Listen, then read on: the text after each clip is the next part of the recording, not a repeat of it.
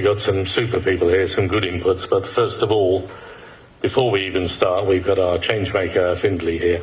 And I just need to say three things about him, really. He's fab, number one.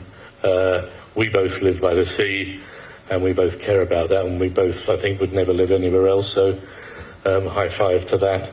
And he's been associated with Sea Shepherd officially. I'm going to read it from here. He's a Sea Shepherd Global Shark Ambassador. I'm a huge fan of what Sea Shepherd are doing, being on the boat. High five the crew, and I'm honoured, mate, to be here with you. So he's got things to say to you, and I've asked him to stay on the panel too, because how can we talk about going global without having a student's voice? He's 11, so he already knows much more than most of us. So get up there on your platform, mate, and give them hell. Okay, thank you, Finlay.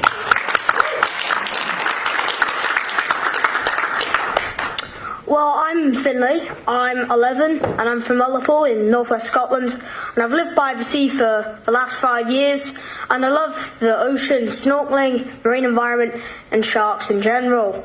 My first campaign was in February 2018. It was in Gairloch, and they were planning on downgrading the sewer systems, so I lobbied the Scottish Water, who were doing it, and local MSPs with emails and letters.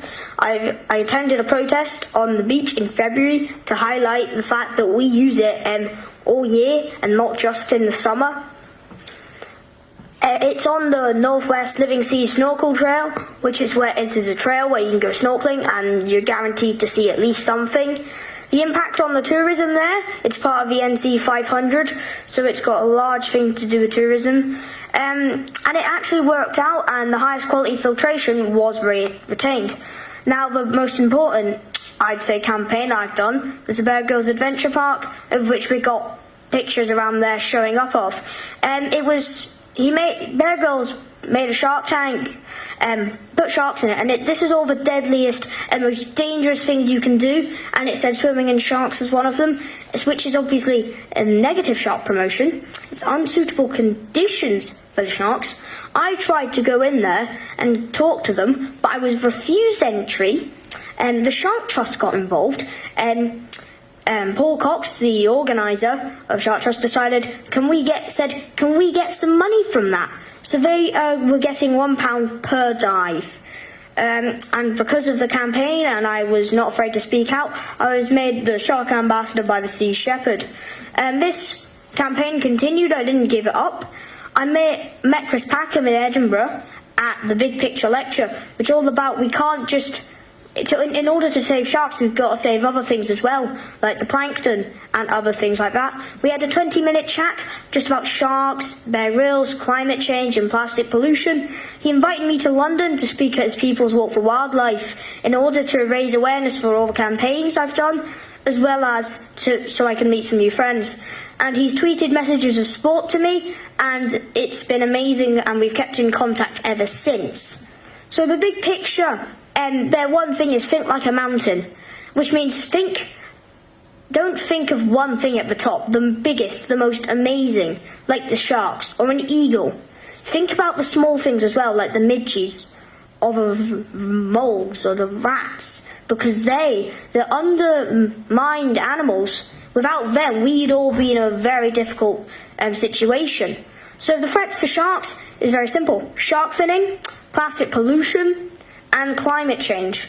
So to do with shark finning, it's a rough picture. 73 million sharks are killed annually. You can legally, to do with cultural stuff, you can bring 17.5 kilograms of shark fins into the UK, even though you can't bring sausages and cheese.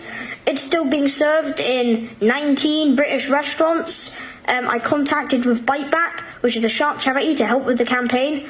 I wrote to all the restaurants that were serving it, and we managed to get one to quit, so that's how we've got to 19.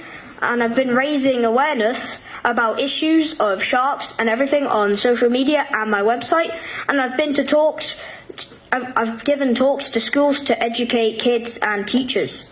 So plastic pollution is a big problem, as we all know, and we had a campaign in Ullapool, the Nation for All campaign. We were the first village in all of Europe to be plastic straw free. Beach cleans, we should all do them to realise the scale of the problem. The Drain campaign, which was set up by Sunnyside Primary in Glasgow, who did the No Straw at All campaign with us, which the pictures are there, is really important. So that's about realising that everything is connected to the sea and everything goes to the sea. No matter what, say a cigarette butt is dropped on the floor, rain will wash that into a drain and it'll go and into the ocean. I went to the SIMC, the Scottish International Marine Conference, to do with litter and rubbish problems, and it was keeping up to date, meeting people and spreading the message about plastic. And again, raising awareness of issues on social media and my website. I attended Ocean Heroes Bootcamp in Vancouver, in which I learnt new media skills, global connections, and the global problem. Picking up plastic will be as commonplace as brushing teeth for us kids in the future. If we cut the plastic tap now, it will still take us 40 years to clean up the mess.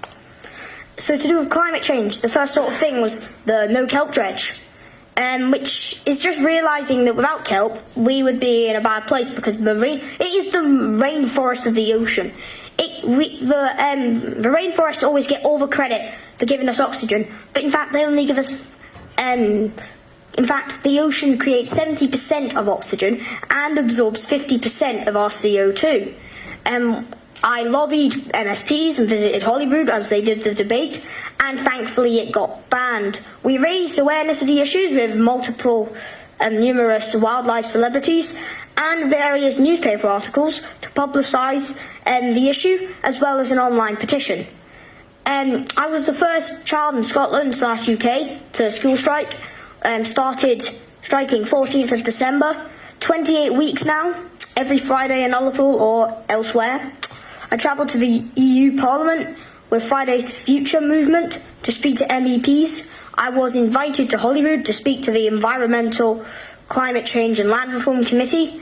I met and interviewed Christiana Figueres, who, if it wasn't for her, the Paris Agreement wouldn't have gone through, and it's reached 197 countries now.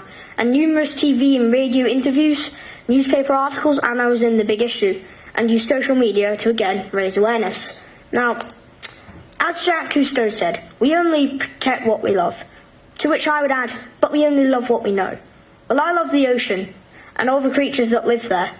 I will fight to protect them and teach my generation how important they are. And I would encourage everyone here to help me and kids like me to do that. So over to you, the children's media. What are you going to do to help educate and inform kids about these critical issues?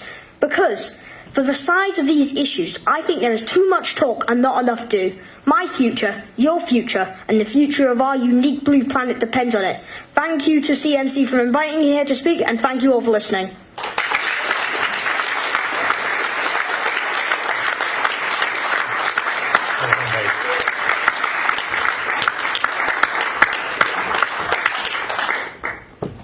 And he's 11, so watch out, world. And it brings me really to... That was terrific. That really was terrific. I'm disappointed they didn't stand up to cheer, really, but they will.